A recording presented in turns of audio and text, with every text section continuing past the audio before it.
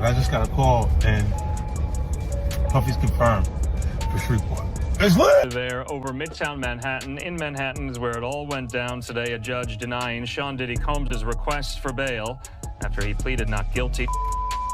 Puff was like, yeah, like first he was amping him to get stopped. Then he was like, yo, so when we gonna get the chance to, to kick it, like we could just hang out. They were saying the NFL had some issues with me that I don't know what those issues No, are. I don't know that was going on. I Can't wait to run into him again. what you gonna say to him? Puffy was playing with your man. You see these little weird ass pictures and shit like that out there, just sitting out there for no reason. Like, you don't see accident pictures with me like kissing niggas. Like that doesn't happen by accident. 50 Cent has just dragged Jennifer Lopez into Diddy's legal issues, accusing her of allegedly participating in inappropriate activities with minors at Diddy's parties. He claims to have some solid proof to back up his words. We all know that 50 Cent doesn't play when it comes to taking Diddy down. And this time, he's also coming for Diddy's associates, including J-Lo. For a long time, we thought J-Lo's only involvement with Diddy was the 1999 shooting that set up Shine to take the fall. But it looks like she may have continued to take part in Diddy's shenanigans long after they broke up. Get this. 50 Cent is also claiming that Ben Affleck knew about it, and that's why he chose to leave J-Lo before everything came crashing down. But what exactly did Ben know about J-Lo's activities? And was Diddy really blackmailing J-Lo with footage of her and young boys? According to 50 Cent, he has all the answers, and you won't believe the things he has to say. Now, if there's one person we know has a history with Diddy, it's J-Lo. She and Diddy dated in the late 90s. And there have always been rumors that she was Diddy's right-hand woman and knew more than she let on. It was like a Bonnie and Clyde situation, and she was definitely the Bonnie to his Clyde. But for some reason, the true extent of her relationship with Diddy has always been kept under wraps. Sure, we knew that she and Diddy dated, but the streets have always whispered that there was more to the story than we knew, and that she had something to hide, especially regarding the 1999 shooting. So picture this. Diddy and J-Lo were out at a club in Times Square, celebrating the soon-to-drop album of Shine, Diddy's 21-year-old protege, who was still new to the game, just like J-Lo at the time. But when they were leaving the club, Diddy, with a champagne bottle in hand, accidentally bumped into a guy named Matthew Allen, better known as Scar in the streets. Scar wasn't having it and pushed Diddy, and things escalated from there. One of Scar's crew members even threw a stack of money in Diddy's face like confetti. Next thing you know, shots were fired.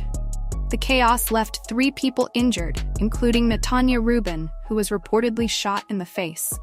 Meanwhile, Diddy and J-Lo didn't stick around.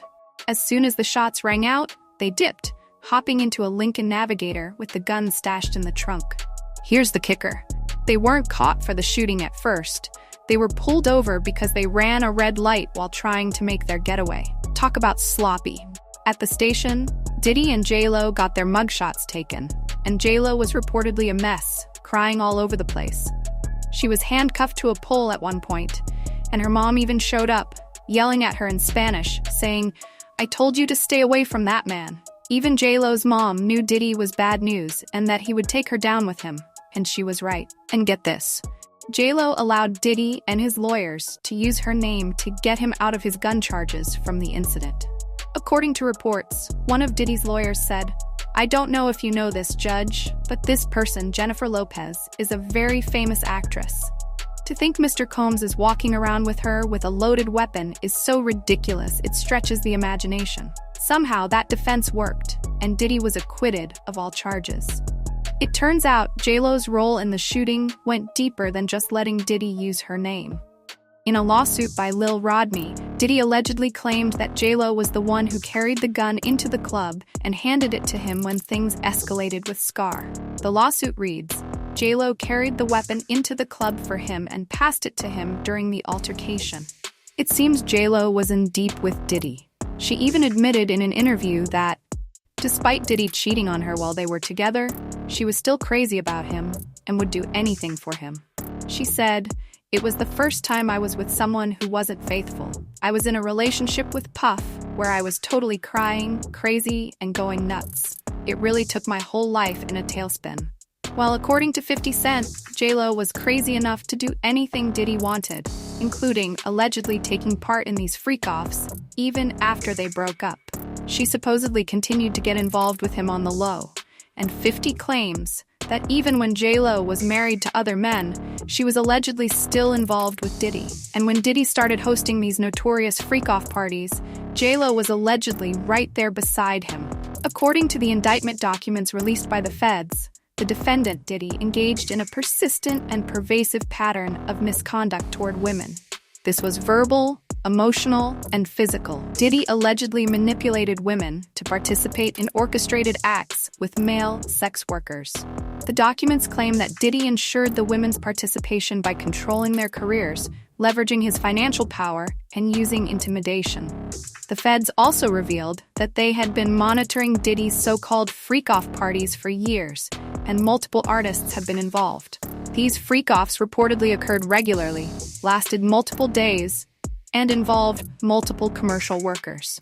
Diddy is said to have distributed controlled substances to keep participants compliant, and sometimes filmed these acts without their knowledge. He allegedly kept the videos for leverage. Now 50 Cent is claiming that J.Lo was allegedly at these freak-offs and was an active participant. Not just that, but 50 Cent claims J.Lo's partners weren't always of legal age.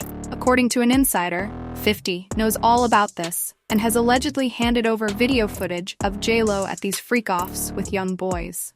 One thing about 50, he's always going to hate on Diddy until the end of time. This time, he's gone further than just trolling Diddy on social media. By handing this footage to the feds, he might get Diddy and J.Lo in even more trouble. And let's not forget the rumors that the FBI informed Ben Affleck of the videos, which could be why he's reportedly divorcing J.Lo. While they've been spotted together holding hands and kissing, it could all be a ruse to distance Ben from the legal fallout. Fans are speculating that J.Lo might have flipped on Diddy to save herself. As one insider put it, there were a lot of individuals involved, but right now, Diddy is the only defendant.